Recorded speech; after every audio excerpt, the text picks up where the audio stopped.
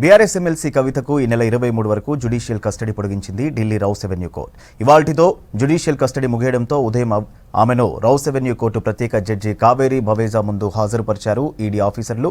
కవిత బయట ఉంటే కేసు దర్యాప్తు ప్రభావితమవుతుందని, అందుకే జ్యుడిషియల్ కస్టడీ పొడిగించాలని ఈడీ తరఫు లాయర్ కోరారు.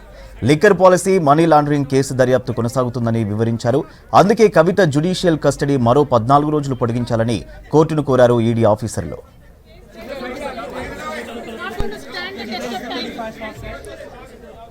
మరోవైపు కవిత జ్యుడిషియల్ కస్టడీ పొడిగించడానికి ఈడీ దగ్గర కొత్తగా ఏమీ లేవన్నారు ఆమె తరఫు న్యాయవాది రానా.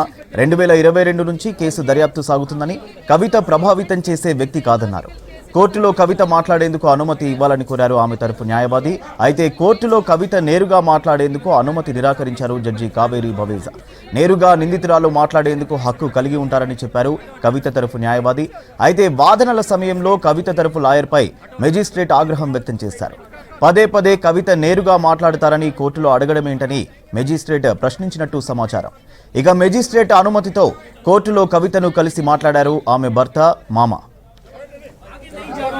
Madam, what is your message for Telangana people? Ma'am, what is your